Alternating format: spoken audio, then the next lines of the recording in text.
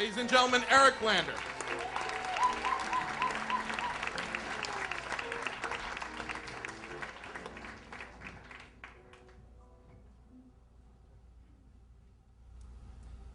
In January 1989, I got a phone call from a scientific friend at the Cold Spring Harbor Laboratory on Long Island, asking me if I'd come participate in a meeting that he was organizing on DNA fingerprinting.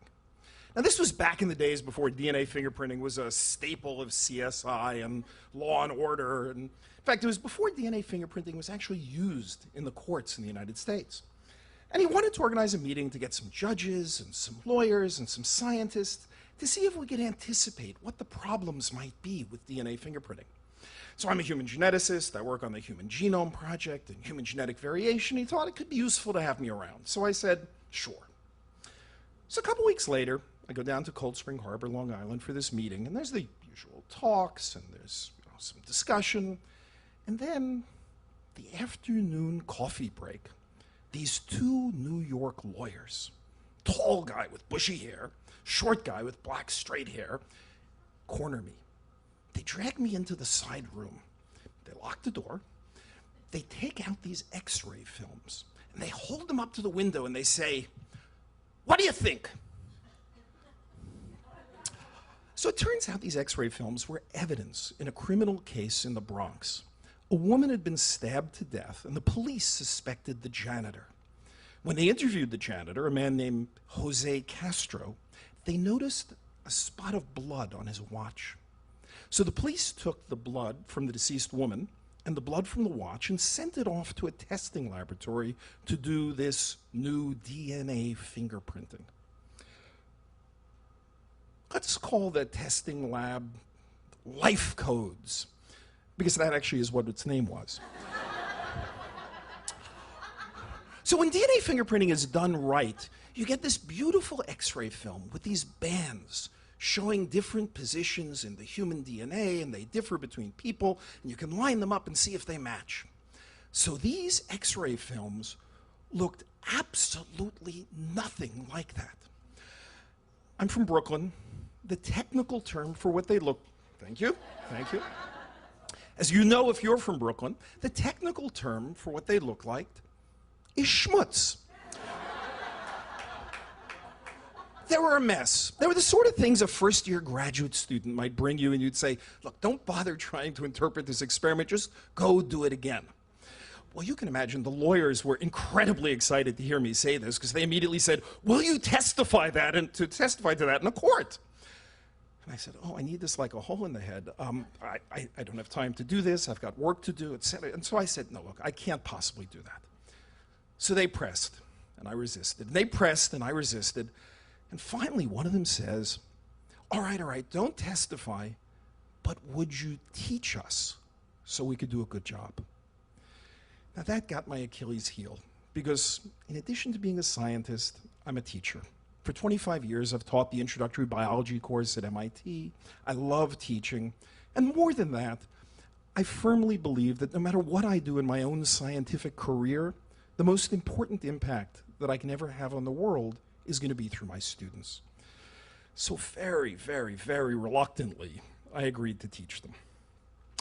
The plan was this. The judge was going to have a pre-trial hearing in the Bronx about whether this DNA evidence should be admitted into court. So we take a couple of weeks and we talk about the basics of DNA analysis and the protocols and how they could go wrong, and then look at the lab reports and see if they made sense. And then when the hearing started, they'd send me the transcripts, and we'd look at the transcripts and talk each night about the transcripts, and I'd suggest questions you might ask. So all right, the trial starts in the hearing starts in the Bronx. First couple witnesses are academic scientists who come and describe DNA and DNA fingerprinting and basic stuff. The first one was actually Rich Roberts, a very good molecular biologist who'd later go on to win a Nobel Prize. Then it started getting interesting. The lab director from Life Codes took the witness stand, and we'd agreed on some questions to ask him. And they asked the questions, we started getting back answers, and it got stranger and stranger. I'll just tell you one aspect of this case. Life Codes tested the samples to see the sex of the sources. They took a probe for the Y chromosome. And if you use a probe for the Y chromosome and it's a male sample, you get a single band in just the right place that says this is from the Y chromosome. And if it's from a female, you see nothing. So they tested the samples, and the blood from the deceased woman, nothing. The blood from the watch, nothing. They declared a perfect match. Now, in science, we often like to have this thing called a positive control, something that would tell you that the experiment had actually worked. And they did indeed, over on the right side of this X-ray film, have a lane labeled control. And if you looked in the lane labeled control, you saw nothing. So I suggested we ask the lab director, who's the control? So they asked him, who's the control? And he said, we use cervical cancer cells. Now, people do use cervical cancer cells in molecular biology for all sorts of things. It's an odd choice if you're testing sex, because it's from a female, obviously. But anyway, 2 weeks later, the technician who actually performed the experiments takes the witness stand. I suggest ask him, why are they using cervical cancer cells? So they ask him, and he says, cervical cancer cells? We don't use cervical cancer cells. We use DNA from somebody in the lab. I get DNA from my lab mate, Arthur Eisenberg. Arthur Eisenberg. So 2 weeks later, the lab director is back on the witness stand. And I suggest they ask him, if that's DNA from Arthur Eisenberg, what's up with his Y chromosome? Like, why isn't there a band there? And so they ask him, and without missing a beat, he says, oh, that's very interesting. Arthur has an unusual genetic condition. He has a short Y chromosome that's missing those sequences. Eventually, Life Codes would come to testify that it wasn't actually Arthur Eisenberg at all. It was a woman in the lab named Ellie Mead. And the way they figured this out was they got everybody in the lab and they did DNA fingerprinting on everybody in the lab to figure out who their control had been for the DNA fingerprinting. So it was pretty clear these guys were bungling this case. They were clearly making up protocols in the lab, and maybe they were making up things on the witness stand too, I don't want to say. But I had gotten completely radicalized, and at this point I told the lawyers, okay, I'm going to testify. I flew down to New York, went to the Bronx Criminal Courthouse on the Grand Concourse on 161st Street, in the shadow of Yankee Stadium, to testify in the courtroom of Judge Jerry Scheinlin. As an aside, Judge Scheinlin's wife was also a New York City judge, a family court judge, Judith Scheinlin, until she stepped down from the bench a few years later to become a judge on television, where you may know her as Judge Judy. But anyway, I digress. Judge Scheinlin was having the time of his life. He was bragging to all the other judges in the criminal courthouse, you guys have these drug dealers and rapists and pimps. I have the best scientists in the world testifying in my courtroom. And he was in no rush to end this hearing. So I testified for a solid day, and another day, and another day. By the time I was done, I had testified for 6 days in this pretrial hearing. And then I called up 5 other scientific friends and persuaded them to come and testify too. This went on for quite a while. By the middle of May, the prosecutor had scheduled a vacation in the Caribbean. And she asked the judge, could we get a postponement, a delay in the hearing so I can go on my vacation in the Caribbean? The judge, being nice, said, okay, fine, we'll take a week off. And she went off to the Caribbean. As it happened, I went to Cold Spring Harbor for another scientific meeting, and there I met Rich Roberts, who had been that first prosecution expert witness. And I said, Rich, did you ever actually look at the evidence? And Rich said, well, no, I was testifying about DNA in general. So I grabbed Rich, pulled him into the back room, closed the door, took out copies of those X-ray films, held them up, and I said, what do you think? And he agreed it was terrible. So he came up with a plan. Rich was going to call all the scientists who had testified for the prosecution. I called all the scientists who testified for the defense. We'd meet in a conference room in Manhattan, and we'd all discuss the evidence together. Now, apparently, This sort of thing isn't typically done in criminal cases.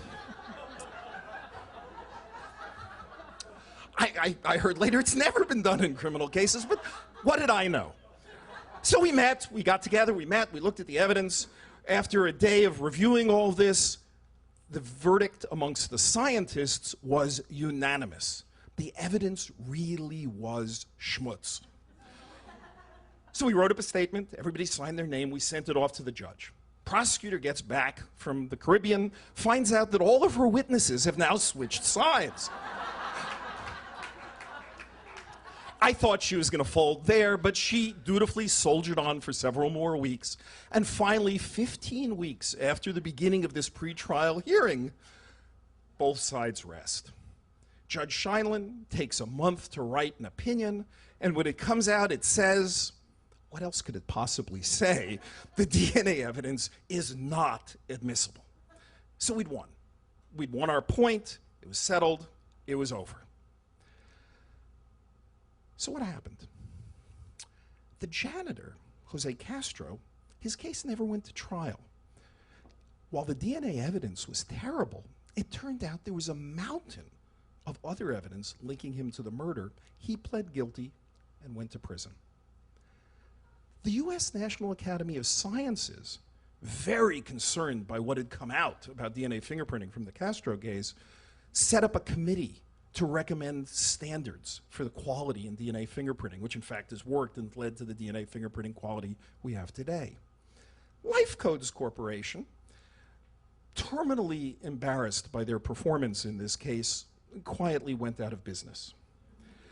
And me, I went back to Boston to work on the Human Genome Project in my lab. The Genome Project was heating up. It was an exciting time, worked on it. But I'd get phone calls. I got phone calls from defense attorneys and prosecutors and judges asking me to come testify in their DNA fingerprinting cases. I got a call from Judge Lance Ito in the O.J. Simpson case, asking me to go testify in the O.J. case. To all of this, I said, no, I've got my work, I've got to focus on that work, I just can't get involved in all of this. But much worse than this, I got letters. I got a handwritten letter from an inmate in a Texas penitentiary saying, I read about the Castro case. Will you help me? I'm really innocent. Help me. I got letters from prisons in Virginia, prisons in Kansas, from Attica, upstate New York. And there was nothing I could do. I couldn't do anything. I just couldn't possibly get involved. And the truth was, I couldn't tell who was really innocent. So I took these letters, and I put them in my bottom drawer, and I felt guilty.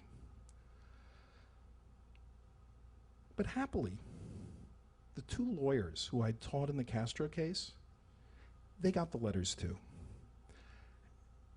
And they didn't put them in the bottom drawer. They began to investigate them. And they began to find that some of these people were innocent. And they started something called the Innocence Project.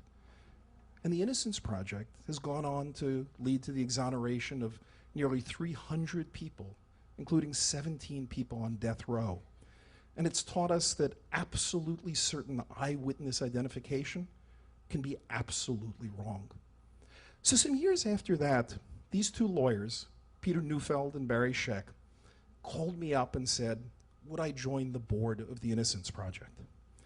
This time I didn't hesitate. I immediately said yes. Why do I teach? I teach because I firmly believe that no matter what I do with my own scientific career, the greatest impact I can possibly have is through my students. Thank you.